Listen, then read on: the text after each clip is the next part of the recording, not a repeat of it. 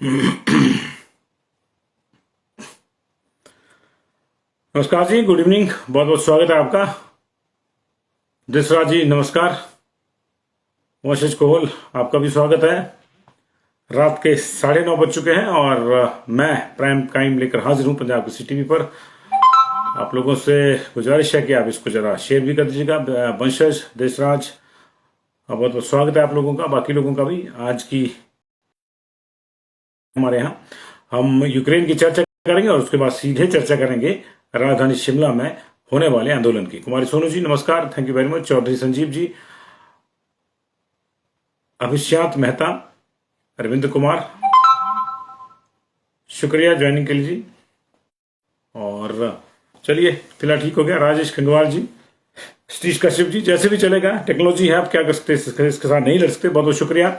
आज की जो मुख्य खबर है वो एनपीएस के आंदोलन में बदलाव हुआ है। ये क्या बदलाव हुआ है, बड़ा बदलाव है, इसकी क्या चर्चा करें, क्या इसके जो है प्रभाव रहेंगे, इसकी तमाम चर्चा करेंगे। उधर यूक्रेन में पंजाब के एक और छात्र की डेथ हो गई है, लेकिन बड़ी खबर यह है कि अब यूक्रेन में 20,000 में से सिर्फ 3,000 भारतीय बचे हैं, यानी 17,000 भारतीय जो है वो यूक्रेन से बाहर आ गए। हालांकि भारत नहीं पहुंचे, भारत में सिर्फ 3,000 के आसपास ही लोग अभी तक लाए गए हैं, लेकिन कल से एक बड़ा अभियान भी शुरू हो रहा है, उसकी जानकारी देंगे।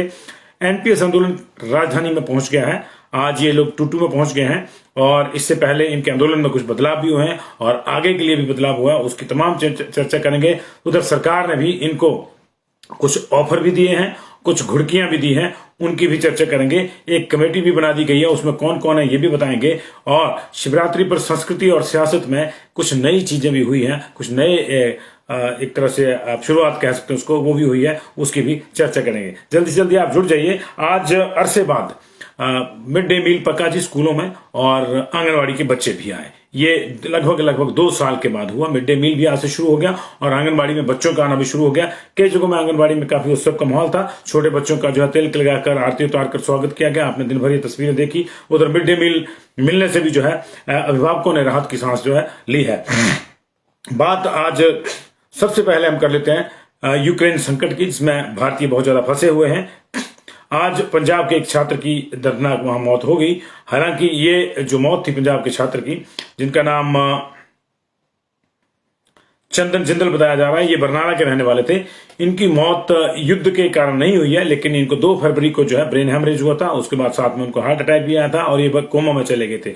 इनके परिजन भी वहां थे, इनके पिताजी वहां पे थे, इनके देखभाल के लिए वहां गए हुए थे।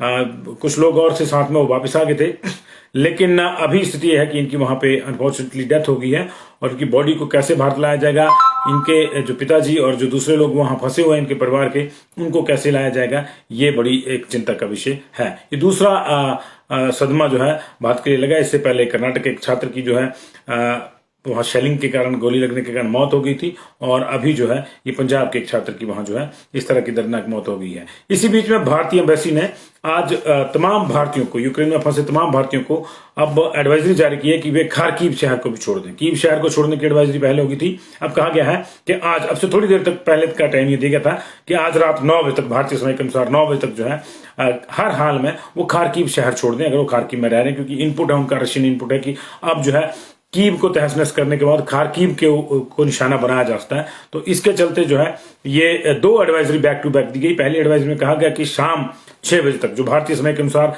आज रात का 9 बजे तक का समय था, सबको कहा गया है, खासतौर से छात्रों को, कि वे खारकीव छोड़ दें। उसके बाद एक और अलर्ट आया जिसमें कहा गया था कि वे जो लोग खारकीव शहर छोड़ रहे हैं वो या तो पोसेचिन जाएं, बाबई जाएं, या बेजुल्दो का पहुंचने को जो है उनको कहा गया है।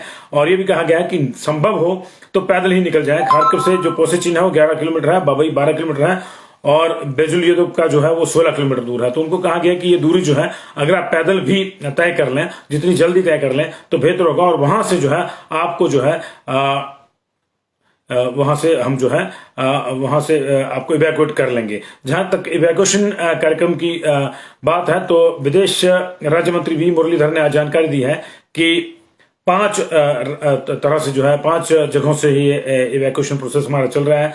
और भारतीयों को लाया जा रहा है। इसमें जो है रोमानिया, पोलैंड, हंगरी, स्लोवाकिया और मोल्दोवा के रास्ते जो है उनको वापस लाने की कोशिश की जा रही है। 200 भारतीयों को लेकर अब से थोड़ी देर पहले एक C-17 ग्लोब मास्टर जो वायुसेना का है वो पहुंचा है।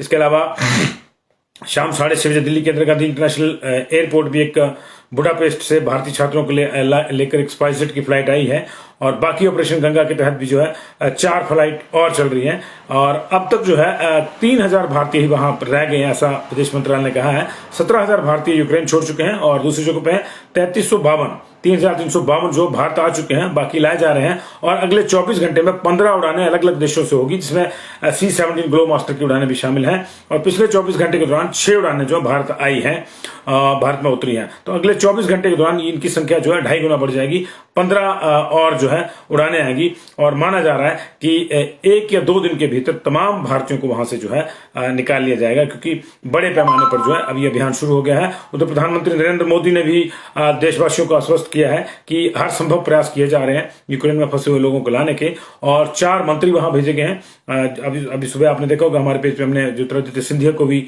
दिखाया था, वो वहां छात्रों से बातचीत कर रहे हैं। तो ये जो है भारतीयों की सुरक्षित यात्रा के लिए जो कोई कसर नहीं छोड़ी जाएगी, ये प्रधानमंत्री ने भी भरोसा दिलाया। उधर रूस ने भी भरोसा दिलाया है कि हम लोग जो है भारतीयों को निकलने में मदद करेंगे और कोई अड़ंगा नहीं दिलाएंगे। अब तक अगर ओवरऑल यूक्रेन के संकट की बात करें तो 2,81,000 लोगों ने पोलैंड पहुंचकर शरण ली है, 1,29,000 रशिया गए हैं, 30,000 स्लोवाकिया गए हैं, 84,000 हंगरी गए हैं, 32,000 रोमानिया गए हैं, 36,000 मोल्दोवा गए हैं और 34,000 जो है अन्य यूरोपीय देशों में गए हैं और 500 जो है बेलारूस में गए हैं। तो ये एक आप देख सकते हैं कि ये आइडिया जो है लगा सकते हैं कि कितनी जो है इस तरह से हुई है। कुल मिलाकर अब तक 11 फ्लाइट्स हुई हैं वहां से भारत के लिए। ये जो है बुखारेस्ट, बुडापेस्ट से ही मेन जो है ये हुई है हंगरी, रोमानिया से, और ये दिल्ली, मुंबई के लिए चली है। तो ये जो है कल से जो है 15 और नई फ्लाइट्स जो है वो आएंगी। इसी बीच हिमाचल प्रदेश के जो छात्र वहां फंसे हैं, राज्य सरकार ने कहा कि 108 को तो लेवाया गया है, लेकिन अभी 300 के आसपास वहां बचे हुए हैं। लेकिन वास्तविकता यह है कि ये आंकड़ा जो है और ज्यादा है और हिमाचल के ही 1800 के आसपास छात्र फंसे हुए हैं। उनमें से कई छात्रों के परिजनों ने आज मुख्यमंत्री से मिलने की कोशिश की गई। वो हाथ में जो है मदद के पोस्टर लेकर मुख्यमंत्री का इंतजार कर रहे थे, लेकिन मुख्यमंत्री अपनी व्यस्तताओं के चलते उनसे नहीं मिल सके। लेकिन बाकी जो उनका अमला था उसने आश्वासन दिलाया है कि हम लोग इस पूरे मामले पर चर्चा कर रहे हैं। तो उनको थोड़ी निराशा जरूर हुई है परिजनों को, लेकिन सरकार ने उनको आश्वस्त किया है कि हम लोग हर संभव कोशिश कर रहे हैं और केंद्र सरकार भी जो है इस पूरे मामले में सारी चीजें जो है वो देख रही है और आप जो है थोड़ा सा धैर्य रखिए और आ जाएंगे। तो हम भी जो है व्यक्तिगत तौर पर भी और संस्थागत तौर पर भी ईश्वर से प्रार्थना करते हैं कि जिन जिनके बच्चे यूक्रेन में फंसे हैं वो बच्चे जल्दी लौटे और अपने परिजनों के पास पहुंचे और सब लोग जो है हम वो सुख की सांस लें, क्योंकि इस तरह का जो माहौल है उसमें हम लोगों को इस चीज का ख्याल रखना चाहिए कि ये घटना किसी के भी साथ हो सकती है और ये अनफॉर्चुनेट घटना है, किसी का भी बच्चा फंस सकता है वहां पे, क्योंकि सोशल मीडिया पे कुछ तंजबाजी भी हो रही है। तो मुझे नहीं लगता कि ये जो है तंजबाजी जो है वो सही है। तो ये है। उधर आज सदन में जो है आज मुख्यमंत्री ने जवाब दिया राज्यपाल जी के भाषण के ऊपर, जो तमाम चर्चाएं हुई उनको लेकर उन्होंने जवाब दिया और उस जवाब में जो खूब एक दूसरे के साथ जो है छींटाकशी भी हुई है लोगों की, उसकी भी हम आपके साथ चर्चा करेंगे। उन्होंने कहा कि 108 विद्यार्थी अभी लौटे हैं, ये उन्होंने जानकारी दी है। और राज्यपाल पर भाषण की चर्चा के जवाब में उन्होंने कहा कि 41 सदस्यों ने इस चर्चा में भाग लिया, जिसमें से 20 सत्ता पक्ष के थे, 19 विपक्ष के, 1 सीपीएम का और 1 निर्दलीय था और 15.5 घंटे की बहस हुई है। और इस पर जो है उन्होंने उसके बाद जिस तरह जैसे ही अपनी जो सरकार की उपलब्धियां गिनानी शुरू करी तो विपक्ष ने वॉकआउट कर दिया। विपक्ष का आरोप था कि ये झूठ का पुलिंदा है सारी चीजें, और इसको लेकर जो है विपक्ष थोड़ा आक्रामक दिखा और उन्होंने वहां पे वॉकआउट भी इसके बाद कर दिया। तो ये चीजें थी जो विधानसभा के अंदर हुई, लेकिन विधानसभा के अंदर कुछ और चीजें भी हुई। आज लंबे अरसे के बाद पहली बार इतिहास में, हिमाचल प्रदेश विधानसभा के इतिहास में पहली बार सुबह का जो सत्र था, मॉर्निंग सेशन जो था, वो 10 बजे शुरू हुआ। नॉर्मली ये 11 बजे शुरू होता है।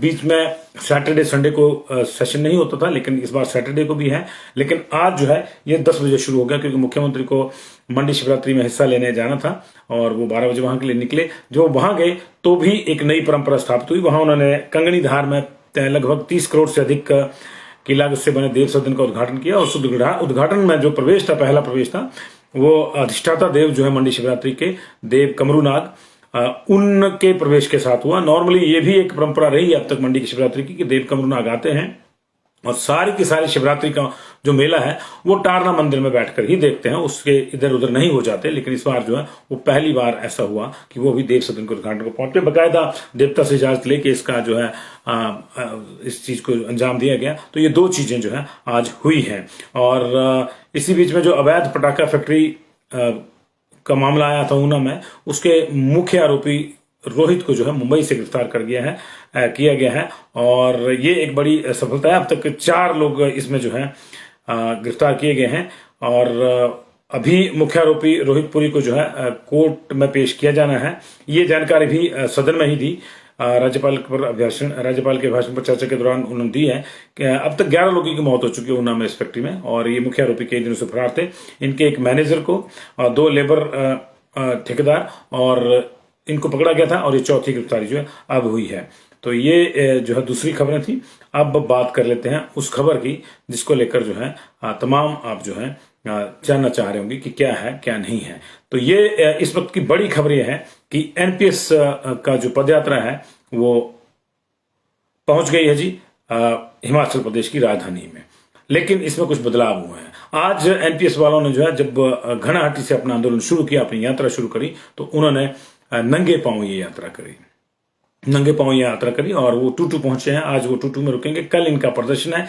इसको लेकर जो बड़ी गहमा गहमी है और आज ये गहमा गहमी जो है वो सदन में भी दिखी और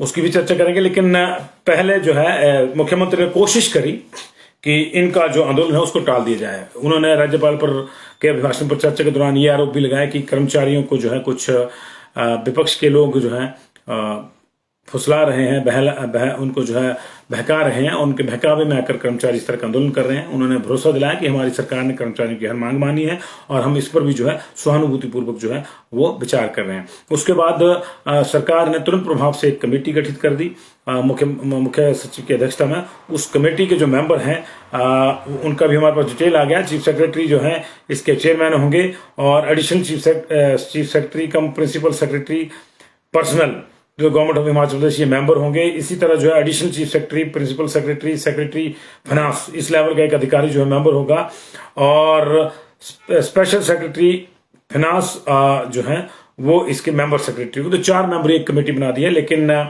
इस कमेटी के बाद जो है सरकार ने कोशिश करी कि इससे आंदोलन को शांत कर लिया जाए।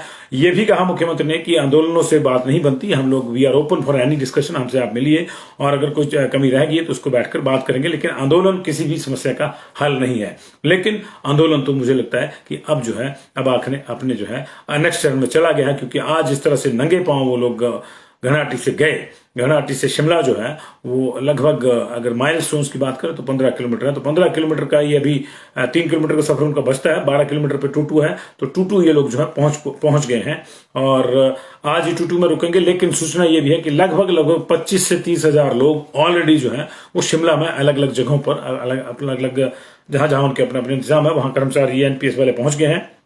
इन्होंने स्पष्ट किया है कि हम लोगों को अब किसी भी चीज पर जो है भरोसा नहीं रहा सरकार की किसी भी घोषणा पर। उन्होंने कहा कि ये जो कमेटी अभी बनाई सरकार ने, ये दिसंबर में 11 तारीख को दिसंबर को जब हमने विधानसभा का घेराव किया था, वहां बाहर एक रैली करी थी, उसके बाद मुख्यमंत्री से मिले थे धर्मशाला में, उसी दिन इसकी बात हो गई थी। लेकिन उसके बाद सरकार इस पे कुंडली मारे बैठी रही और उन्होंने कुछ नहीं इस पूरे मामले में किया। हम लोग वेट करते रहे। हमने ये भी कहा था कि 30% ऑफ द मेंबर जो है 30% मेंबर ऑफ द कमेटी जो है वो इस कमेटी में एनपीएस वाले होने चाहिए, लेकिन ऐसा भी कुछ नहीं है। यहां तक कि कोई आईएएस भी जो है एनपीएस में के दायरे में जाता हो, जिसकी 2003 के बाद के बैच का, वो इसमें नहीं रखा गया। आपने देखा कि सीनियर लेवल के लोग हैं, प्रिंसिपल सेक्रेटरी और स्पेशल सेक्रेटरी के लेवल के, तो ये उस लिहाज से तो है नहीं। और यही वजह है कि आउटराइटली एनपीएस संघ ने इस कमेटी को रिजेक्ट कर दिया है। उन्होंने कहा है कि अब हमें ना तो मुख्यमंत्री की किसी बात पे भरोसा है, ना ही हमें इस तरह की कमेटी पे भरोसा है और ना ही हमें ये कमेटी चाहिए। हमारा सिर्फ एक ही मांग है कि ओल्ड पेंशन का जो है घोषणा की जाए बजट में।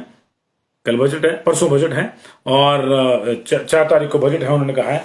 और उसमें घोषणा करी जाए और उसमें भी हमको डेट बताई जाए कि कब से जो है इसको लागू किया जाएगा, अन्यथा हम लोग नहीं आएंगे। यही वजह है कि उनके जो आंदोलन है उसमें भी थोड़ा परिवर्तन हुआ है। पहले उनको सिर्फ विधानसभा घेरनी थी, लेकिन अब उन्होंने कहा है कि वो 3 तारीख के घेराव के बाद रात को विधानसभा के बाहर ही सोएंगे और बजट के इंतजार में रहेंगे, और बजट के दौरान अगर कोई घोषणा नहीं हुई तो फिर अगला कोर्स ऑफ एक्शन वहां से जो है वो मौके पर डिसाइड किया जाएगा। ये अपने आप में मुझे लगता है कि बड़ी बात है, और ये बदलाव जो है सरकार के गले की फांस बन सकता है। वैसे सरकार के गले की फांस ये आंदोलन बने हुए हैं, और सरकार के सरमाएदारों को पता नहीं लग रहा है कि इसको किस तरह से जो है टैकल करना है।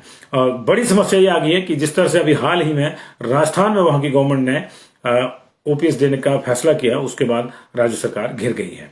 यही एकमात्र सरकार है अपनी भविष्य में गुजरात के बाद जो चुनाव में जाने वाली है इसी साल, और ऐसी स्थिति में देखना होगा कि क्या सरकार ओपीएस की घोषणा करती है, और यदि करती है तो ये एक नई शुरुआत होगी पूरे देश के लिए, क्योंकि बीजेपी के वो पहले मुख्यमंत्री होंगे जयराम ठाकुर जो इस तरह की घोषणा करेंगे।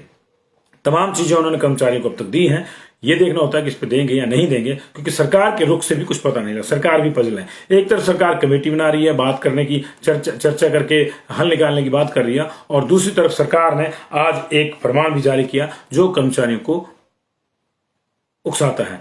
3-4 दिन पहले आपको याद होगा एक फरमान जारी कर दिया गया था कि धरने प्रदर्शन पर रोक है और उसके खिलाफ कार्रवाई होगी जो ऐसे लोग करेंगे।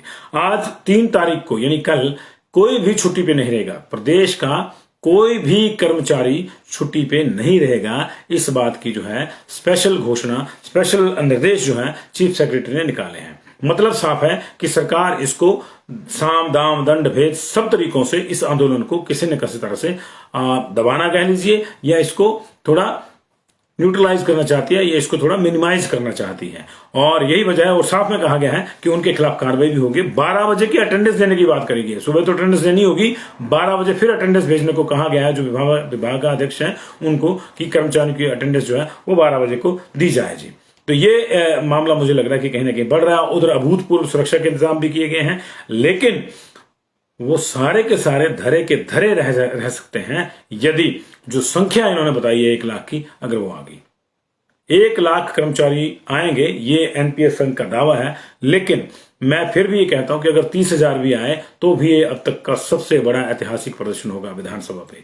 इतनी भारी संख्या में कभी लोग विधानसभा में नहीं आए। इनफैक्ट 5 या 6,000 से ऊपर की कोई रैली नहीं हुई, चाहे कांग्रेस की चाहे बीजेपी की हो। दावे तो होते हैं कि हमारी रैली में इतने आए, लेकिन विधानसभा के घेराव के लिए इससे बड़ी कोई रैली अब तक नहीं हुई है। न कॉमरेडों की हुई है, न कांग्रेस की हुई है, ना ही बीजेपी वालों ने कभी किए जब विपक्ष में थे। तो ये बड़ी रैली है। और आपकी जानकारी के लिए बता दूं कि आपको याद होगा कि 10 दिसंबर को जब 5,000 के आसपास की नफरी थी स्वर्ण आयोग की, उन्होंने पूरे बैरिकेड्स तोड़ दिए थे। पुलिस और प्रशासन के हाथ पांव फूल गए थे वहां पे, और वो अंततोगत्वा विधानसभा के आखिरी गेट तक पहुंच गए थे। ऐसी स्थिति में क्या वही अफसर तो वही होंगे, वही अफसर कल इस आंदोलन को संभाल पाएंगे या नहीं, ये देखना होगा। हालांकि इनके लिए एक प्लेस डेजिग्नेट कर दिया गया है कि आप चौड़ा मैदान में अपना प्रदर्शन कर सकते हैं, लेकिन निश्चित तौर पे ये लोग आगे जाने की कोशिश करेंगे, ये तय है। क्योंकि जो इनका तेवर है और जिस तरह से ये सरकार के जो बीच के फैसले आ रहे हैं छोटे मोटे, उससे ये गुस्से में है, तो लग रहा है कि ये जाएंगे। और अगर ये विधानसभा के बाहर भी रहते हैं, सोते हैं, तो यह भी अपने आप में एक बड़ी बात होगी, क्योंकि इस तरह का कर्मचारियों का आंदोलन जो है लंबे अरसे के बाद होगा। ये शांता कुमार की गवर्नमेंट में इस तरह के आंदोलन हुए थे, और उस समय भी आपके हालात आपके सामने थे, जो पुराने लोग जानते हैं। मिलिट्री तक का जो है इंटरवेंशन हुआ था उस समय में भी, उसके बाद जो है ये बढ़ा है। तमाम जो दूसरे कर्मचारी संघ हैं उन्होंने समर्थन दिया है इनको। आयुर्वेदिक डॉक्टर्स ने भी समर्थन दिया, जिन्होंने डॉक्टर की हड़ताल को नहीं दिया था।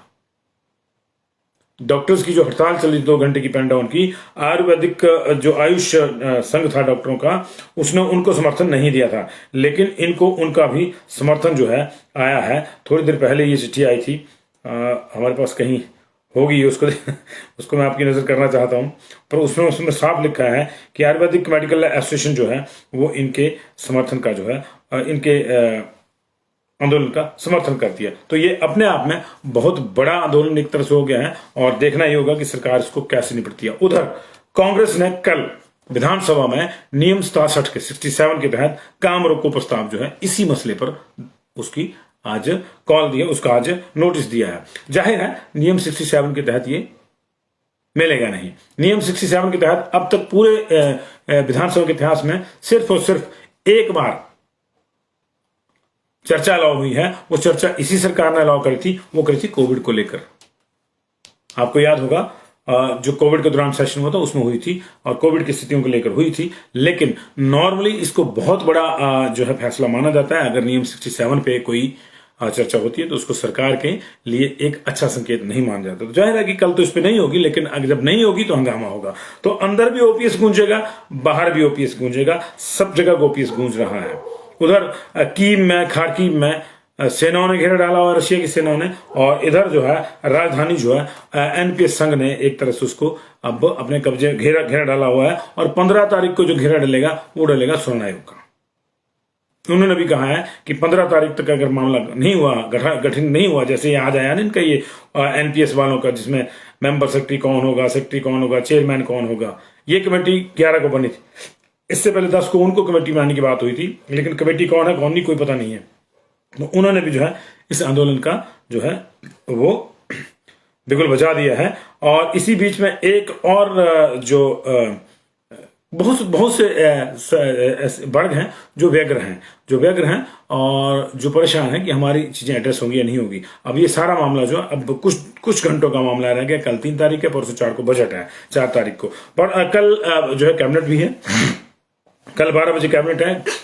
अमूमन इसमें एक ही चीज होगी कि बजट को जो है संस्तुति की जाएगी कैबिनेट के द्वारा, कैबिनेट उसको अप्रूव करेगा और फिर परसों मुख्यमंत्री उसको पढ़ेंगे। लेकिन तब तक आज की और कल की जो रात है वो क्यामत की रात होने वाली है। क्या होता है क्या नहीं होता है सबकी नजर रहेगी। दिन भर हमारी टीमें वहां पे मुस्तैद रहेंगी और इस पूरे आंदोलन को जो है वो कवर करती रहेंगी। हम उसको जो आपको जो है पल पल की उसकी जो है खबरें देते रहेंगे। इसी बीच में जो है राजस्व अंशकालीन कर्मचारियों ने एक बार फिर से रिक्वेस्ट करी है सरकार से कि उन्हें जो है राजस्व अंशकालीन कर्मचारी का जो पदनाम जो बदलना है, सहायक पटवारी करना है, उसकी नोटिफिकेशन जल्दी से जल्दी की जाए। सरकार ने ये मान लिया था कि हम ऐसा करेंगे, लेकिन जो है ये अगर घोषणा नहीं होती है तो वो भी जो है कह रहे हैं कि हम लोग भी जो है फिर हमको भी कोई नया रास्ता देखना होगा कि क्या करें क्या नहीं करें, फिर ठोस कदम उठाना होगा कोई। हालांकि जो बीएमएस की जो मीटिंग हुई थी जेसीसी की, उसमें ये माना गया था कि इनको सहायक पटवारी का जो पदनाम है वो दिया जाएगा, लेकिन उसके बाद सारी चीजें स्टिल है। होता यही है, हो यही रहा है। प्रॉब्लम यही है कि सारी चीजें होती है, मुख्यमंत्री उनको सुनते हैं, पूरा ध्यान देते हैं और फिर उनको पता होता है कि इस बार को निश्चित तौर पर ये इनका हक है, इनको देना है, उसकी घोषणा भी करते हैं, लेकिन अफसर उसके बाद कुंडली मार लेते हैं। चाहे पुलिस वालों का मामला हो, अफसर उसको अभी फाइल को घुमाए जा रहे हैं पुलिस पेमेंट को। और ये देखिए फजीयत देखिए, दिसंबर में तय हो गया कि नया वेतनमान देना है। जनवरी की डेट, फरवरी की डेट, अब मार्च की डेट आ गई है पे फिक्सेशन के लिए, क्योंकि बाकी चीजें आप नहीं दे पाए। ये इस तरह की जो अफसरशाही है वो किसी भी शासन को विपत्ति में डालने के लिए सक्षम होती है, उनका कुछ नहीं किया जा सकता। तो बहुत बहुत शुक्रिया जी आपका। बाकी मुद्दों को जो है अब कल ही देखें। जस्टिस फॉर जेओआईटी 817 वाले लगातार लगे हुए हैं। सरकार को चाहिए कि उस पूरे मामले को भी क्लियर करे, क्योंकि वहां भी कुछ ले दे के जो घालमेल है वो अफसरों के स्तर का है। 2 चीजें वहां पे होनी है मेन रूप से। एक तो 556 वालों की 1156 जो पोस्टें हैं वो होनी है, और उसके बाद जो है 817 वालों की 1867 होनी है। ना ये दुखी ना वो दुखी, लेकिन जब ये नहीं हो रहा है तो वो भी दुखी और ये भी दुखी और सारे परेशान। और जाहिर है कि जब सारे परेशान होंगे तो फिर सत्ता को भी परेशानी झेलनी पड़ेगी। तो ये जस्टिस फॉर जेओआईटी की बात हम करेंगे, विस्तार से हम लोग करते रहे हैं, लेकिन अभी जो है आज एनपीएस वाला मामला और इसको कल देखेंगे। उसके बाद क्या होगा वो ठीक है, लेकिन फिर बात उनकी भी होगी जिनके पास कुछ भी नहीं है, जो बेरोजगार हैं, जिनके पास सिर्फ डिग्री है। चाहे वो 40,000 हमारे कंप्यूटर प्रोफेशनल्स हों, चाहे बाकी लोग हों, यहां तक कि जो चयनित भाषा अध्यापक हैं उनको पोस्टिंग का इंतजार है वो हो, चाहे वो टीजीटी वाले हो, पीजीटी वाले हो, जेबीटी वाले हों, सबकी बात जो है हम लोग करेंगे। तो बहुत बहुत शुक्रिया जी आपका। और डिस्ट्रिक्ट जुडिशरी के कर्मचारियों को न्यू पे स्केल से अलग रखा गया है, कृपया उनकी आवाज उठाएं। कमल सिंह राठौर जी, आपकी बात आ गई है कि डिस्ट्रिक्ट जुडिशरी के जो कर्मचारी हैं उनको नए पे स्केल से अलग नहीं रखा जाना चाहिए। ये हमारे मामले में आ गया। हम आप लोग हमको जो है डिटेल से, मुझे व्यक्तिगत रूप से संजीव शर्मा या डॉक्टर संजीव शर्मा के नाम से मेरा फेस आईडी है, उसमें आप देख सकते हैं, उसमें आप भेज सकते हैं जी। Shakuntala ji good evening. ओम जी बात कर रहे हैं, चमकी जी।